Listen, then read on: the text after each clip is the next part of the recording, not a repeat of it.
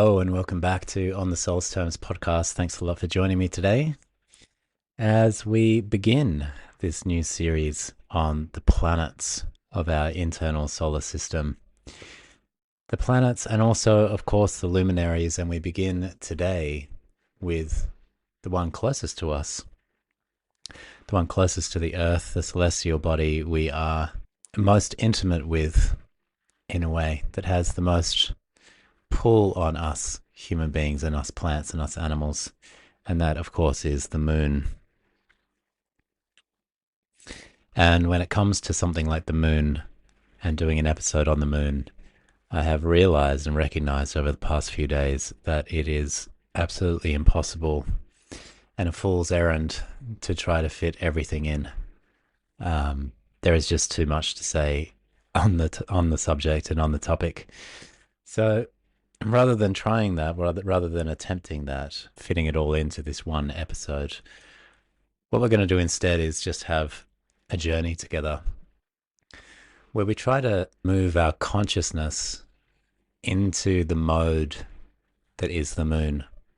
So allow our consciousness to shift and slip into a mind that is closer to the dreaming mind and that is closer to the body, and that is closer to the earthly and watery realms. Because that's what we'll be doing as we go through this podcast series. We'll be, rather than talking about these planets and about the deities and about what they represent in astrology and all of that, which is all very valuable stuff. But rather than that, for this podcast, given that we're on the soul's terms, we're going to try to inhabit that way of being, almost like we are allowing ourselves or asking ourselves to shapeshift and become the moon today. And as such, of course, we'll be working with the symbolic, and partly that is because when it comes to the moon, we are really talking about that big, wide, open, soulful, expansive, imaginal realm. And that is where the moon does her best work, perhaps does her only work. We've got to remember that the moon is the queen of the night world. She is the deity that rules that whole world. And we have to enter the night with her. We can't put her under a telescope or point our telescopes at her. We can't bring her into the day world. In fact, as you know, she can't really be in the day world. Every now and again you can see her there. The place where she's most at home is the night. And so in order to be with her, we have to also enter the night. And it's interesting because, of course, astrology, being a study of the stars and the planets and our solar system, is really in itself a night world phenomenon, a night world practice, even though we try as astrologers to become recognized and acknowledged in the day world consciousness. It is itself night world in that we can only really observe what is going on in the sky at night. And so imagining that it's this mode of consciousness, this more imaginal, symbolic, embodied feeling consciousness, the feeling and the sensing, that will be assisting us today as we enter on the moon's terms, which in a sense is on the soul's terms. So I'm very excited to go in there with you. And before we jump on in to the first of my images for the day, I just want to thank a few friends of the podcast that have helped with the creation of this episode. As always, Brian Clark, who has been incredible to talk to about all these things lunar, and Melanie Reinhardt, both of those such dear friends and mentors to me, and my contemporaries and colleagues as well, Travis Elliott and Milena Kajela. Thanks to you guys. Those two, Travis and Milena, have been doing some wonderful work on the moon. I'm looking forward to see what comes out from them in the not too distant future as they share their findings with the world. My image of the two of them is that they've just been tinkering around in the night world and really letting the imagination lead them to some really beautiful places. And we had a call a couple of weeks ago that was really instructive, that has helped me to form this episode today. So yes, let's jump in. And of course, when it comes to this episode, I will be basically stringing together some different images, stringing together one image at a time. And each image that I bring forward, I want you to listen with that dreaming mind and allow yourself to also drift off into the image. If you need to, you can pause, bring out your journal or your scrapbook or your paints, or get yourself into the movements of whatever's coming up for you, and allow the images themselves to speak for you, of course, because you guys are on that side of the microphone and I'm on this side.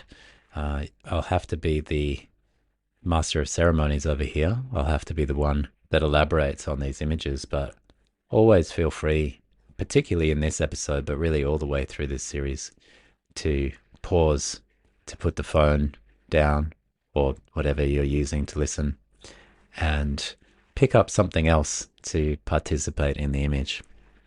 I've got 3 images for you. We're going to start with the celestial, the one in the sky. We're going to move to the earthly, and then we're going to enter the underworld. These are going to be the 3 images for part 1 of the podcast. And the first image we have is Selene. Selene, whose name basically just means light, was the goddess who was a sister of Helios, the sun god, and also Eos, who was the goddess of the dawn, both of whom I've spoken about in different podcasts. I think you might remember Eos from her story of always chasing the eternal youths on the earth realm, pursuing the youths as she was the rosy-fingered, coloured dawn. She was obviously a figure of that eternal youth and the fleetingness of beauty.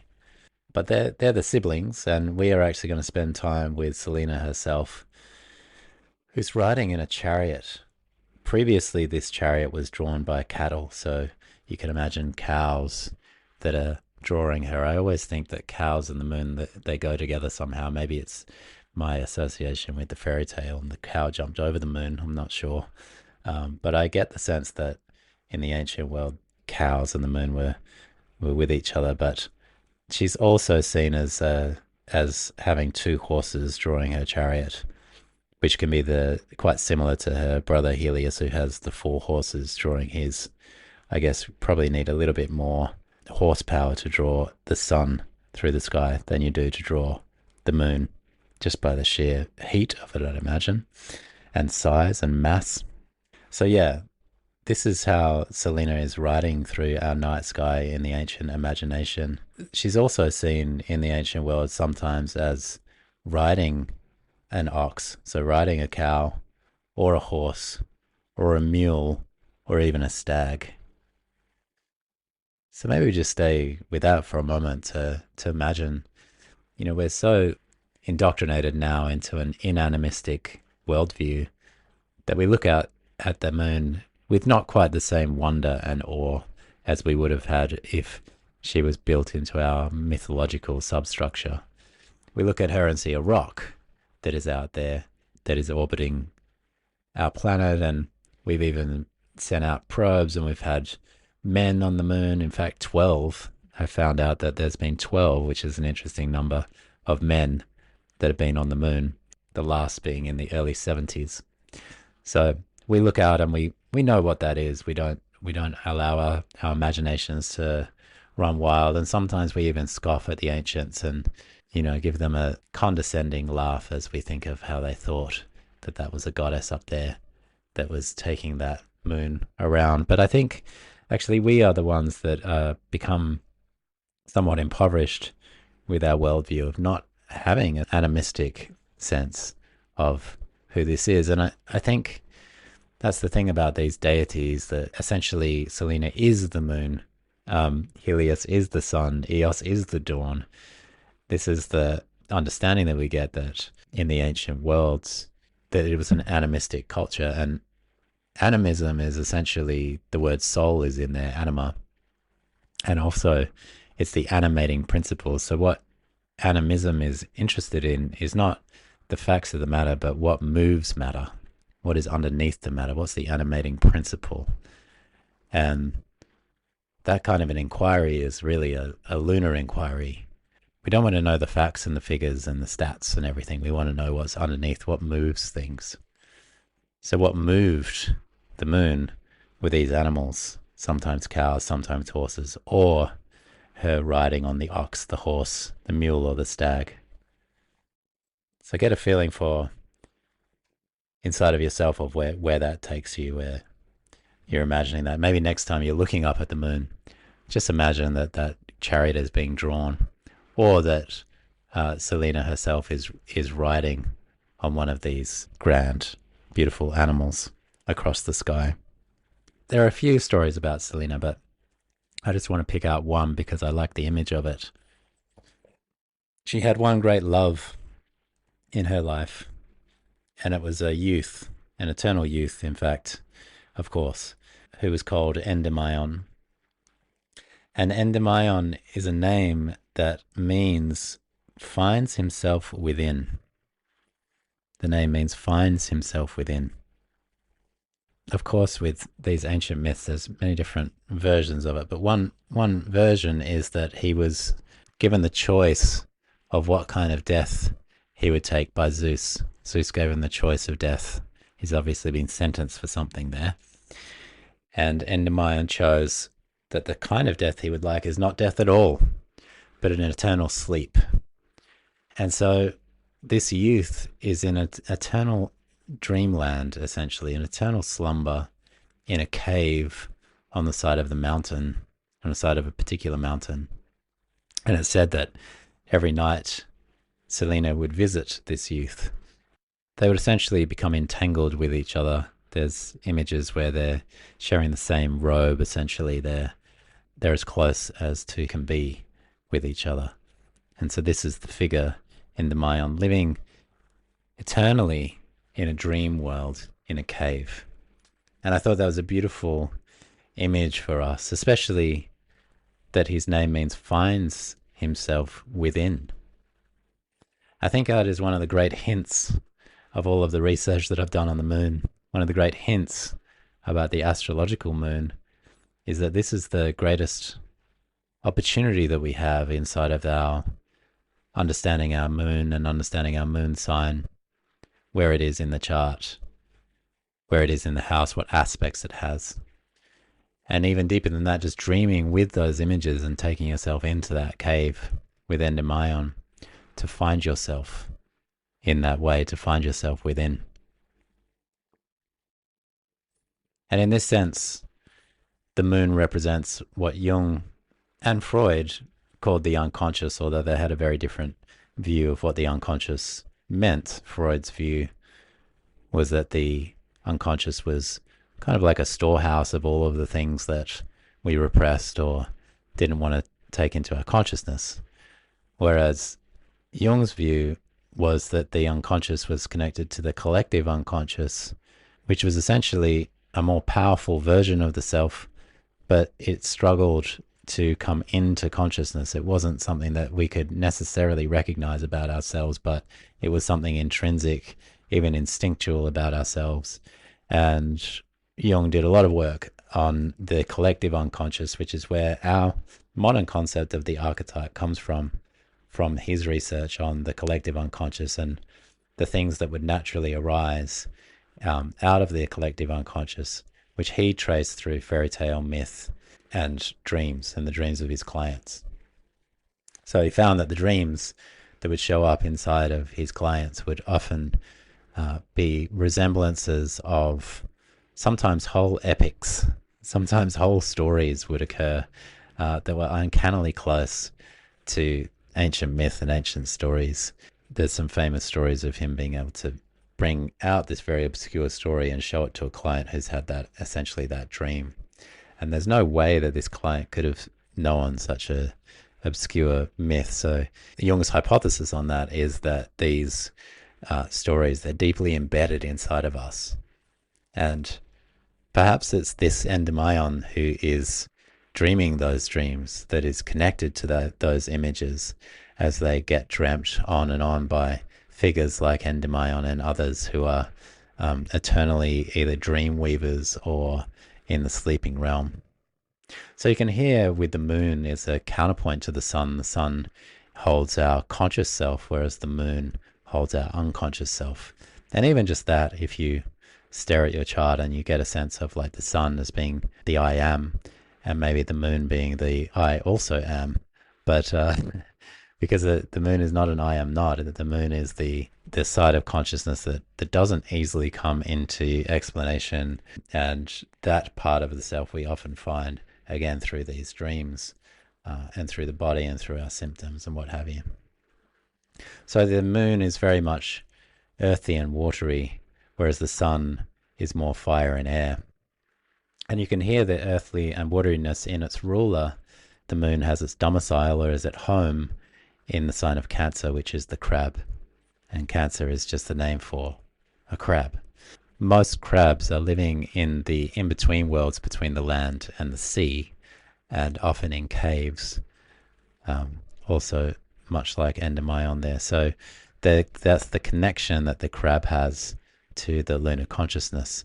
This earthly wateriness going between the water and the earth to the water, and sort of like this transaction happening within Cancerian consciousness between those two, going to the unconscious, bringing it back to the land, going deep into the sea and coming back. And because I brought up Jung there, I might as well say that he had Mercury in Cancer himself, and you could feel that movement of him, and many like Jung that are willing to go deep into the collective dreaming, collecting up all sorts of treasures, but also all sorts of things that don't make any sense, and bringing back the things that do make sense.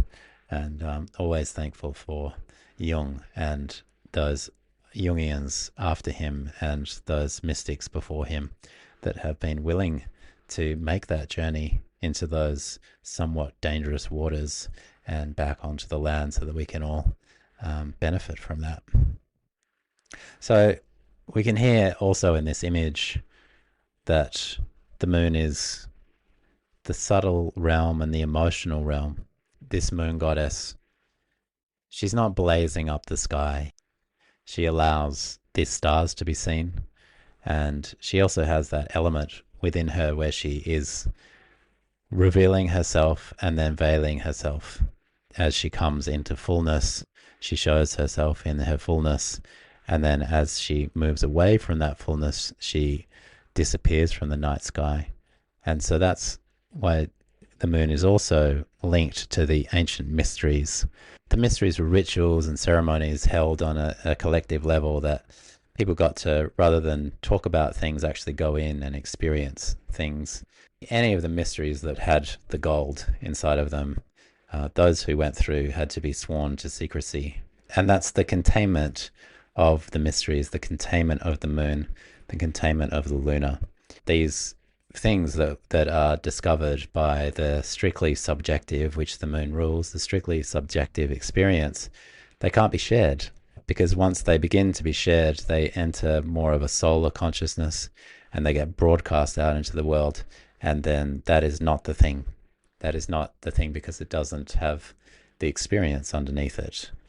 And so you can see within the moon, it wants us to participate in what it has to share. It wants us to come forward, but we need culture also to participate in that. We need the myths to participate in that, and cosmologies that can participate to help us come in contact with it. And without that, the moon will remain veiled and remain unable to be seen.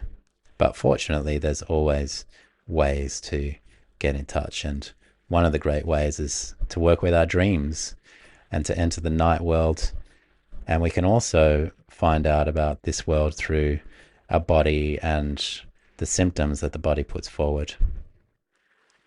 Of course, a lot of this is within the type of psychotherapy that I have studied, called process-oriented psychotherapy from Mindell. Mentioned it many times on the podcast, but one of the elements there is to follow dreams and follow body symptoms and allow anything that is not the consciousness to have a voice. I would say that's a rough explanation of what it is, letting the voiceless have a voice. And usually that's by allowing our dreaming mind to take over from our everyday mind, from the everyday world.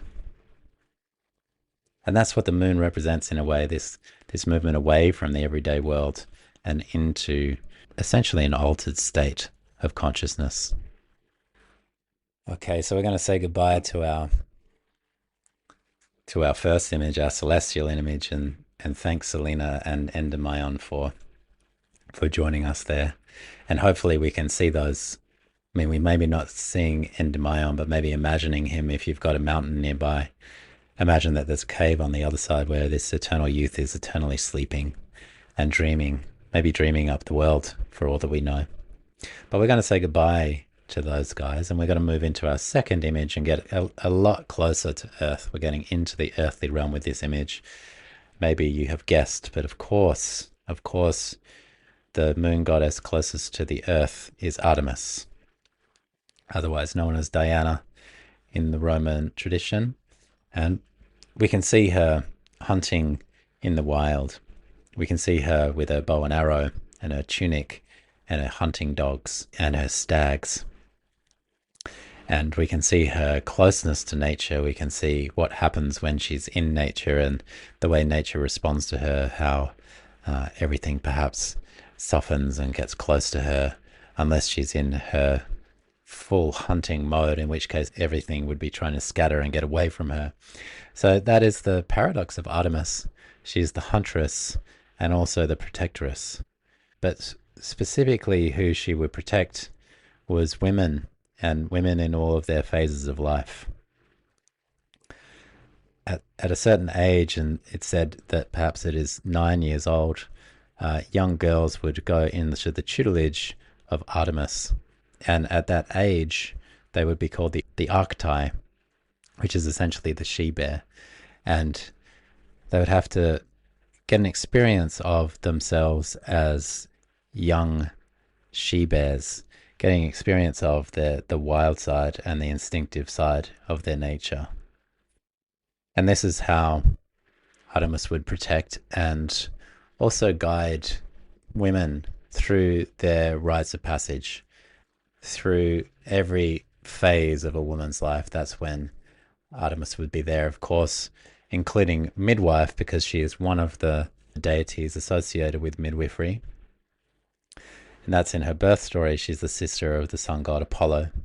And as she was born from her mother Leto, Hera, in her fury, stopped the birth of Apollo. And as the birth was stopped, Leto had to travel with young Artemis, who'd basically been born, what I see her as is kind of like a youth already. She's not born as a baby, she's already born fully formed. And the two of them went together until they reached the island of Delos. And on Delos was where she turned around and helped her mother to birth the son, Apollo. And that's quite a common motif here, where the moon goddess will be before the sun god, in the same way that Gaia is before Uranus, and Gaia is the earth goddess and Uranus is the sky god. So usually in intact cosmologies and mythologies, there's the feminine first, and it gives birth to some kind of a male figure. And this is like an echo. Even in the deities of the Olympians, we see that it's the three females that are born first and then the three males. So there is that sense of that's what comes first. And of course, we all have that experience because we were all spent our time in the mother, 9 months or thereabouts in our mothers. So we know that it begins there. It begins with the earth. It begins with the earthly realm. It begins with the mother. So this moon that's associated with Artemis, as I said, with the she-bear and her stags and her dogs, it connects us to the wild and to our instinctual self.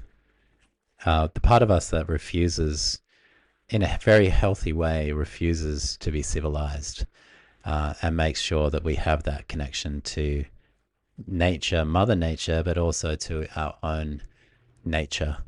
And that is really what Artemis was there for all of us, is to make sure that we connect to our nature, to our instincts, and to our intuition. And there's something about that intuition when it comes to the moon. The moon is our felt sense and our intuitive hits that we get. Maybe you can feel into your own moon and how that moon sort of just knows something, doesn't have evidence for it, but just knows something. deep down inside of the bones or the body or the womb or whatever it is that you feel your instinct comes from, that gut sense. So just like Apollo has a bow and arrow, Artemis also has a bow and arrow. And I think about that bow and arrow in this moment for this podcast of the moon as that intuitive instinct, that just so knowing, that one that can't be fooled. And Artemis, it famously never missed. So if she aimed at something, she would always hit. And I'm not sure personally if that's entirely true of my own lunar instinct. I'd like to think so. Maybe the instinct is always on point and it gets fuzzied up by some other frequencies or some thoughts or some mind or something like that. But anyway, we know that from Artemis that once she knows something in her bones, then she just knows, and that's enough. And that's with her bow and arrow. She's always going to hit the mark when she knows something that deeply. So in this way, the moon in your chart is like a portal or an access point back to your instincts. Of course, we've all been through the civilization process, the civilizing process. We've been through education and we've been indoctrinated into whatever it is, all of the different things that we've been taught. And somewhere underneath all of those layers of programming is this instinctual layer.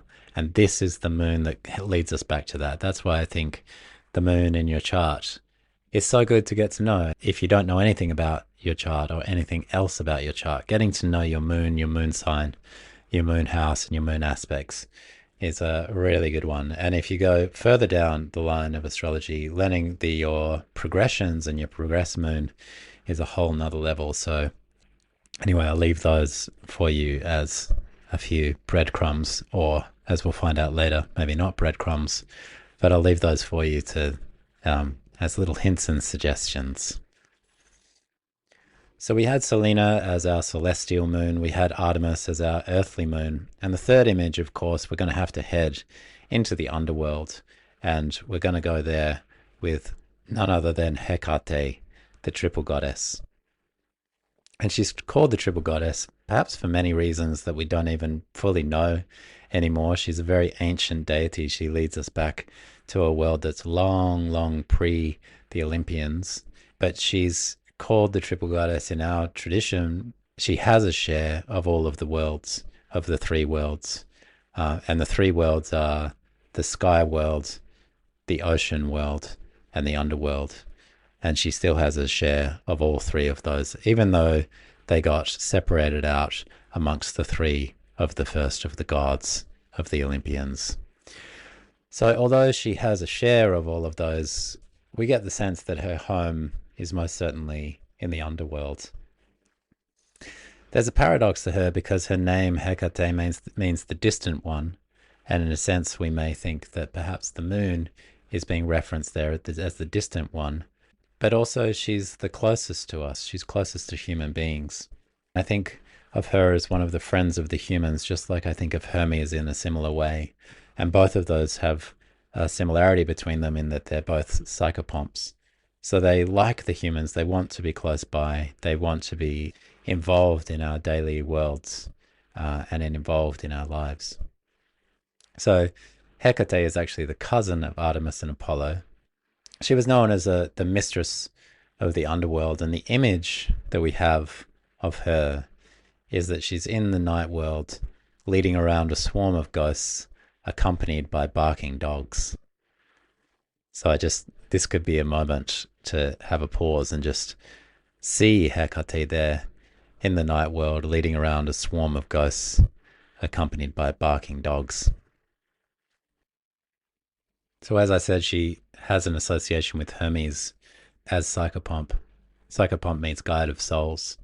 And Hekate really is guide of souls. And just like Hermes, she's someone you'll find at the crossroads where three roads meet. And there'll be three masks of her that are facing in each of the three directions. And it's this one, it's Hekate, that will come and assist us in our darkest times, in our times of grief, and in our times of deep loss, in our times of separation, in our times of misunderstanding and being misunderstood. We can see that in the Homeric hymn to Demeter. As Demeter loses Persephone to the underworld, it's Hekate that shows up. And it's Hekate that wants to be there in that moment. She wants to assist and she wants to help Demeter in any way that she can. And her way of helping is humble and subtle. She doesn't come with a bunch of solutions. She doesn't come as though she knows what to do.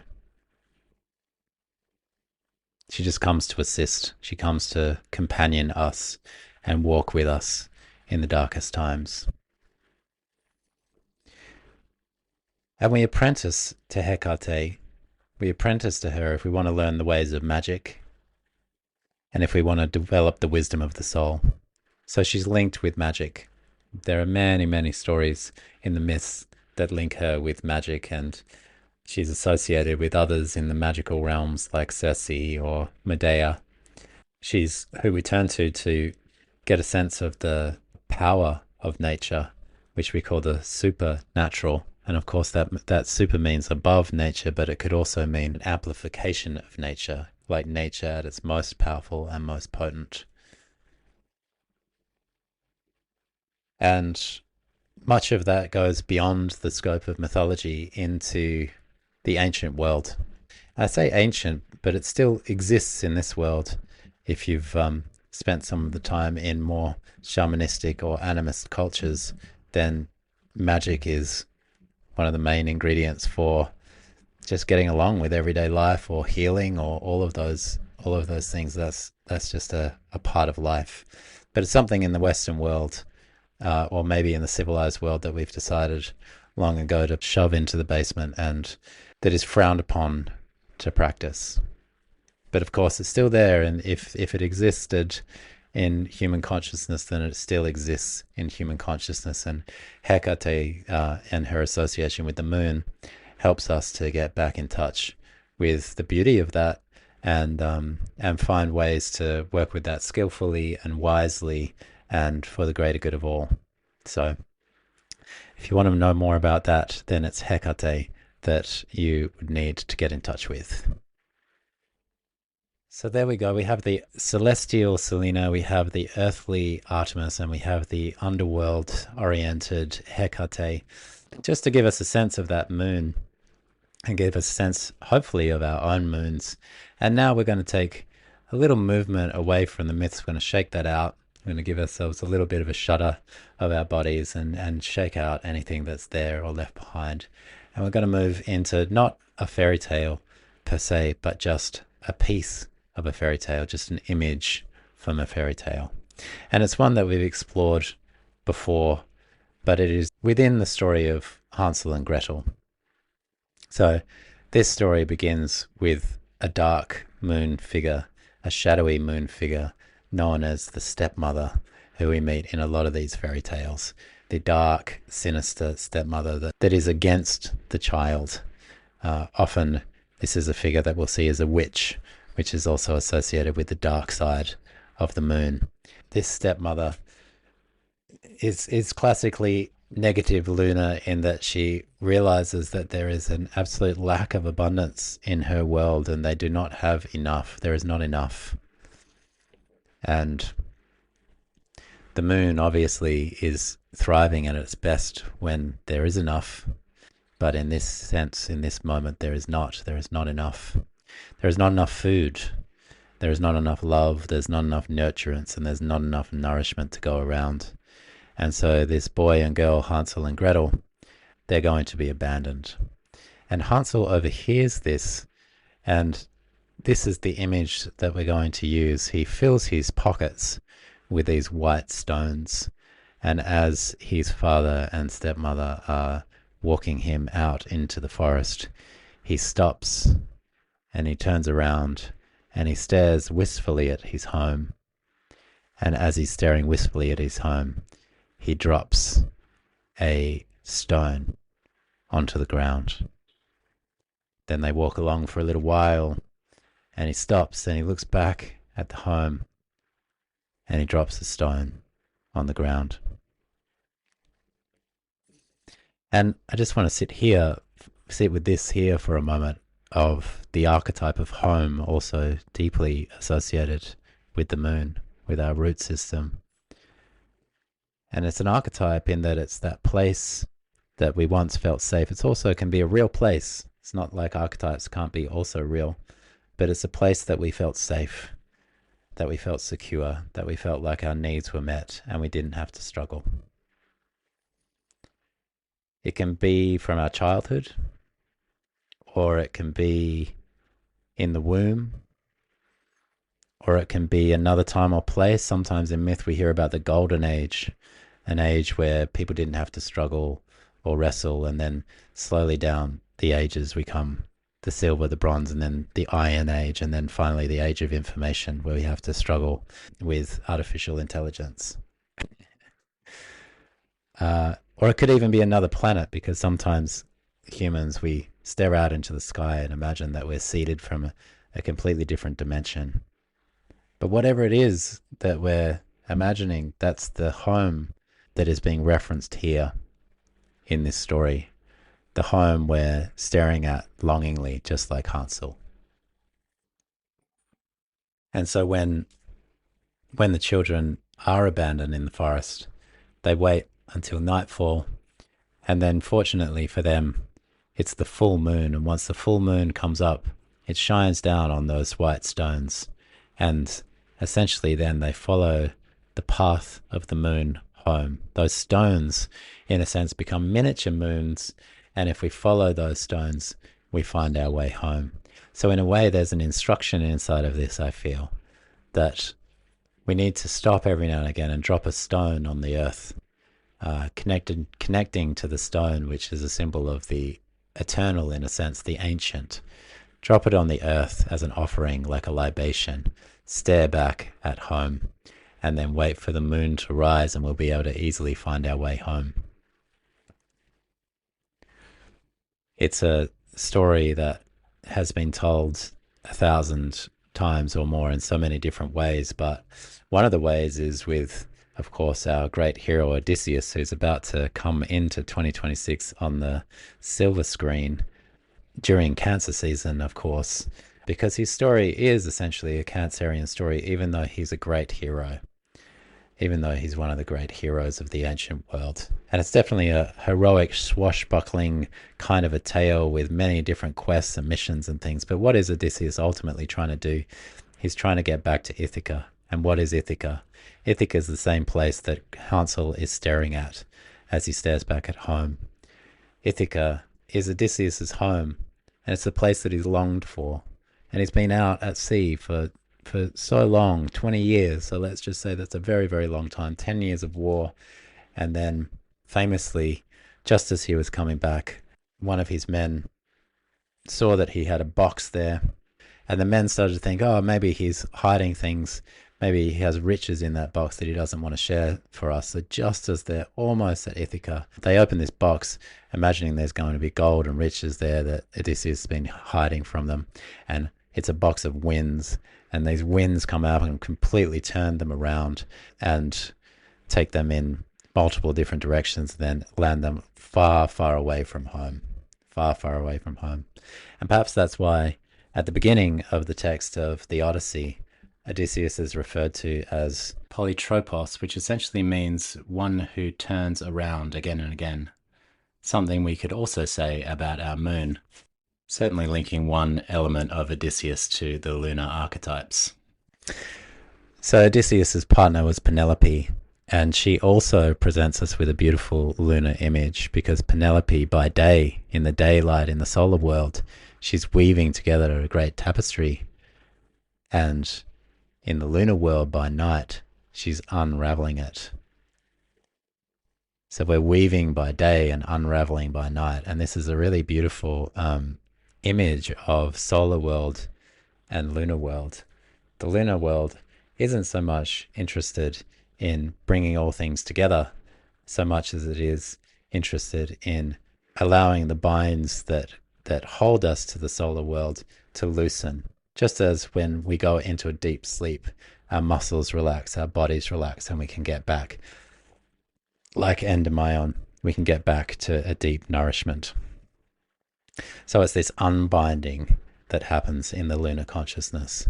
Just as the god Apollo had the opposite energy of Dionysus, where Apollo was there to bind us and Dionysus to unbind us, to unwind us.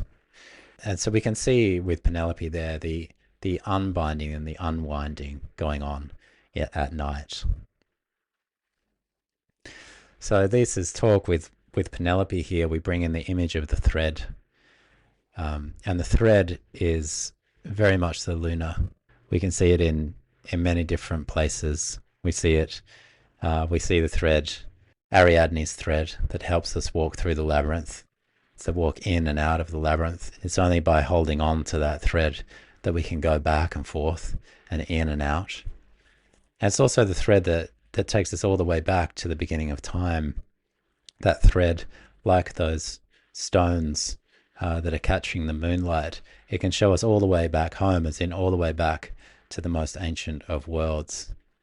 I wonder if the thread is the umbilical cord that connects us back to the placenta, to our first twin. I wonder if that's also the thread that shows up in our mythic imagination in so many ways. Of course, there's Arachne, the spider woman, weaving the web of the world. And then, of course, another lunar triad is the three morae, or the fates, who spin, measure, and cut. That's the three of them, spinning, measuring, and cutting, to tell us how much of a life we have and when it's our time to go back into the other realm, or the underworld. It's these fates that connect us also to the great thread of life, but it's not up to us, it's up to the fates how long we live. And all of these threads, in a sense, they have something in common. They help us to remember, they help us to connect, and they help us to remember. They help us to remember not in the sense that our minds get involved and we try to get all the details and everything that our minds want to remember of all those particulars.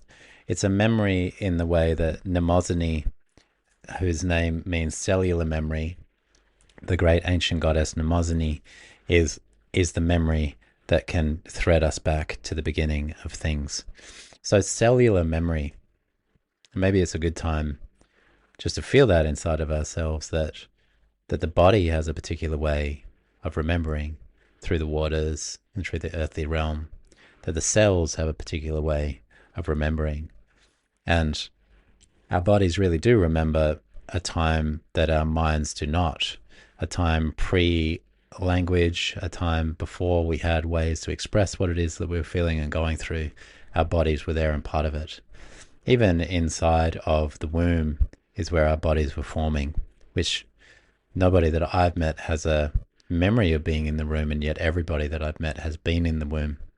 So our bodies remember that. Our body has a way of knowing. And so coming back into our cells, coming back into our cellular memory, is a way to remember, quite literally, as in put all of these pieces back together. And it's not a mind process. It's an emotional process, in a sense. So it's our bodies that will remember it all. And of course, Mnemosyne was the mother of the 9 muses. So another way back that might suggest is through the arts, through music, through poetry, even through the art of astrology, which was one of the muses, Urania the muse. These can be ways that we get back to that cellular knowing. So it wouldn't be a moon podcast without also exploring in a little bit more depth the dark side of the moon. We went into that a little bit with Hansel and Gretel's stepmother and the idea of the witch. But one of the incredible things that myth and fairy tale give us is amplifications of the negative side of the parts of our lives that we would rather not have happen. And this can often be seen as monsters or these kinds of frightening deities. If you think about it, kids, what kind of games do we tend to play? We tend to play chasey, which is like a kind of a predator-prey game, or hide and seek, which is also, trying to hide from that predator. And although we don't present it to them like that, kids will always start playing with that because there's something about the imagination that wants to play with the terrifying, wants to play around with it. And it's almost something that might be kind of essential to us to explore that dark side, that shadow side. And of course, the dark side of the moon can be what we're not conscious of, so the unconscious of the unconscious. The moon has those two sides, so we can represent ourselves as the light side. But as Milena said to me on that call that we had, we can't see our own backs. So we need to be in relationship with others in order that they can tell us about our own backs. And we kind of rely on the people we're around to make sure that they're able to show us our shadows. But another way to see that shadow side or that dark side of the moon is to look into the myths and see what they might have to say. And sometimes you can get the sense with myth that there's a connection to some kind of initiation rituals in the past. And this story does have a guidance system there of how to look at what is very difficult to look at inside of the self, and look at what is also very difficult to look at even inside of the world. Because sometimes when we look at what is terrifying and scary, we can freeze. It can just be too much, too overwhelming for us. So myth really helps us with that. And there's no set of myths better to look at this part than the story of the Gorgons. So the Gorgons are actually linked to Hekate, who we explored earlier in the podcast. And as I mentioned, Hekate was a triple goddess in that she had three faces. She's facing in three directions. Remember, we talked about her as being on the crossroads where three roads meet. And on those crossroads, she would have these three masks. And the masks themselves could sometimes be seen as the three sisters who are the Gorgons. The first sister's name basically means strength, and the second sister's name means the wide sea. And the third and the most famous Gorgon, the name that most people will be familiar with, is Medusa. And the name Medusa actually means the feminine ruler of the sea. And so I'm thankful to Carl Karenyi. I'll leave a link in the show notes to have a look at his book on the Greek gods. The information I'm getting here about these Gorgons I have gotten from Karenyi, one of the great mythologists of the 20th century, worked closely with Jung. So Karenyi tells us that her name, Medusa, actually means the feminine ruler of the sea. And he refers to an earlier versions of the myth that are very similar to Persephone, Persephone who was out in the springtime with the blossoms and everything, and then Hades comes up and takes her, grabs her and takes her to the underworld. This is quite similar actually in that Medusa, in the same setting of the spring blossom, lies with Poseidon, the god of the ocean, also sort of claimed or claiming her position as this ruler of the sea. Medusa also, I've just realized recently, in a couple of different languages, including Greek, means jellyfish. So that's also curious. I wonder if the jellyfish is considered to be the feminine ruler of the sea. I'm not entirely sure. So these three sisters, the Gorgons, they were to be found far, far away in a place that has deep resonance with lunar consciousness. And remember I said Hekate means the distant ones. So if the Gorgons are this representation of her three sides being split into three sisters, then we can hear an echo of that in the fact that it is far away. So we're told that they're to be found out past Oceanus. So past the ocean. The Oceanus was kind of like the boundary of the known world. And in the direction of night, as we can hear, we're entering lunar consciousness, we're entering the night world. In order to get to the Gorgons, you had to go via the Gorgon sisters, who are called the Grey. These were also three sisters born as crones, essentially, these old wisdom keepers, and they have one eye that they share and one tooth that they share. But so Medusa, though, was unique amongst the sisters, as she started her life as a beautiful mortal, whereas her two sisters were already Gorgons, immortal Gorgons. But after that coupling with Poseidon, she was transformed by Athena into the most terrifying Gorgon of all. In this way, she becomes a personification of the twin heads of beauty and terror. And there's another fragment here that also links to Persephone there, where she travels down to the underworld. And then Persephone ultimately teams with her, where Persephone is then the representation of beauty and Medusa is representation of horror or terror.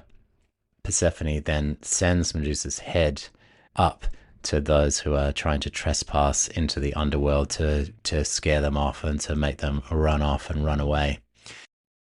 But of course, the story we're most familiar with is the story of Perseus, who's sent to free her from her frozen condition.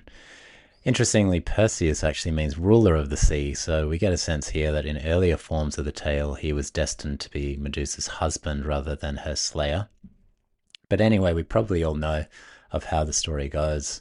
Perseus is instructed not to look directly at her eyes, as he will be turned into stone, and as such he has to use a mirror. He has to use something that reflects. In a sense, he has to use lunar consciousness, he has to use the moon. So Karenni suggests that this was similar to ancient initiation rites where youths, young men, had to look at a mask mirrored in a silver vessel.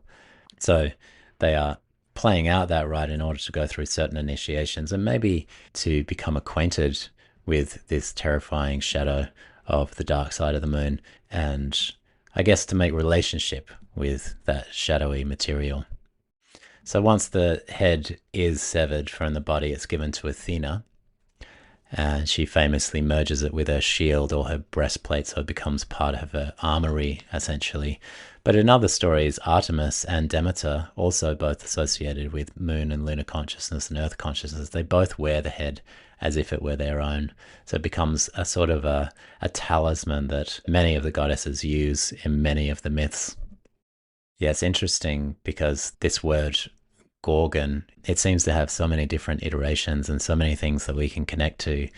Karenni says that Gorgides or Gorgades were the names for sea goddesses, and an affectionate name for little girls given by their parents was Gorgo. And as Karenni says, it's hard to imagine that they're giving them the name Gorgo thinking they're going to grow up as terrible monsters. So there's something about the Gorgon that also is representing innocence, beauty, maybe cuteness, this kind of thing. We can just hear that there's more to it. You know, we can always feel that within Medusa's mythology, and within Gorgon mythology, there's always a bit more to it. And the last thing I'll say about it is that the followers of Orpheus, according to Karenni, use the word Gorgonian for the face of the moon. So next time you're out under the full moon, see if you can see that Gorgon face up there shining back at you. So there we go, and like I said, it was impossible to fit everything about the moon inside of one episode, but hopefully this was a chance to get our imaginations working, make sure that we're in the night world consciousness in order to talk about the moon and feel our way through these things, explore some of those beautiful deities as well as some terrifying monsters, because after all, it wouldn't be the same. Like Artemis wouldn't be the same if she wasn't also a huntress and a killer. If she was just friends to nature, she just wouldn't be the same goddess. And so I want to return right back to our first image, and maybe you see Selene up in the sky, and she's riding on that cow, and she's riding on that big white cow at the moon, taking it through the sky, and she's dropping in over the mountain down into that cave where she meets Endymion, the one who finds himself within.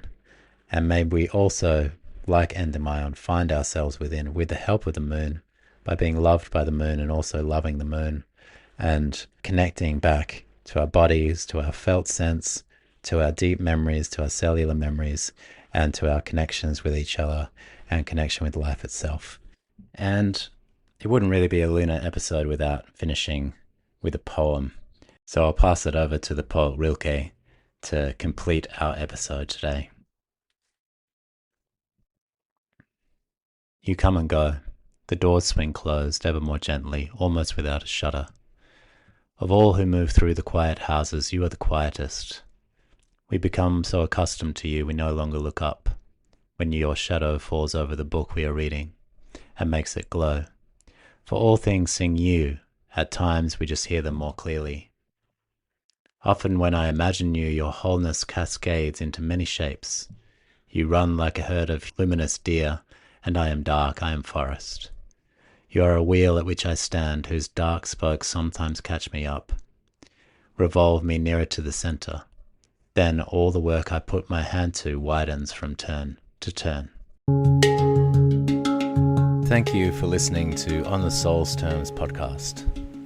To support the show, please consider leaving a 5-star review, sharing with friends, or becoming a patron at patreon.com/onthesourceterms. Until next time.